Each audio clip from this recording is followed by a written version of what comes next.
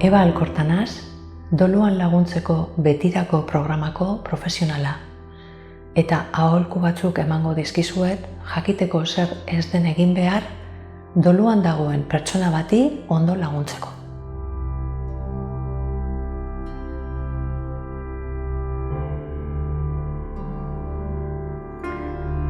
Ez da egia, denbora pasatzen denean ezer ez badugu egiten, hori pasatzen da bakarrik, denbora. Garrantzitsuena da, mina duen pertsonak tarte horretan egiten duena.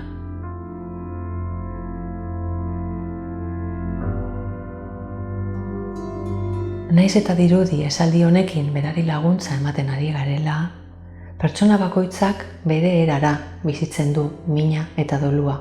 Beraz, guk ez dakigu nola sentitzen den.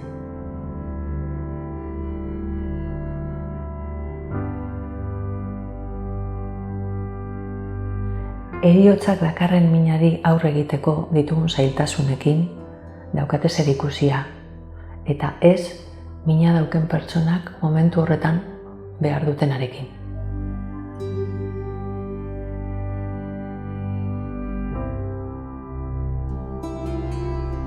Badirudi gizarteak markatzen duela doluaren denbora. Zenbat eta arinago mina gainditu, hobe. Baina bakoitzak gure erara bizi behar dugu dolua, gure denporekin.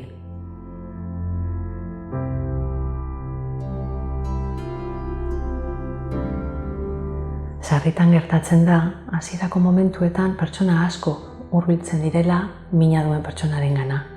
Baina gero, denbora pasaten joan ala, pertsona horiek desagertu egiten dira, eta mina duen pertsonak bakardadia sentitzen du.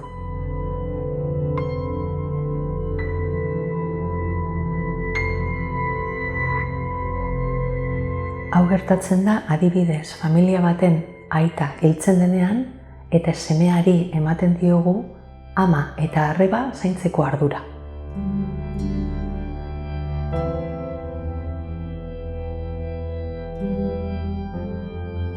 Gu laguntzeko gaude, berak egin behar du bere bidea. Eta bere erabakiak hartu behar ditu gure aldetik inolako epaiketari gabe.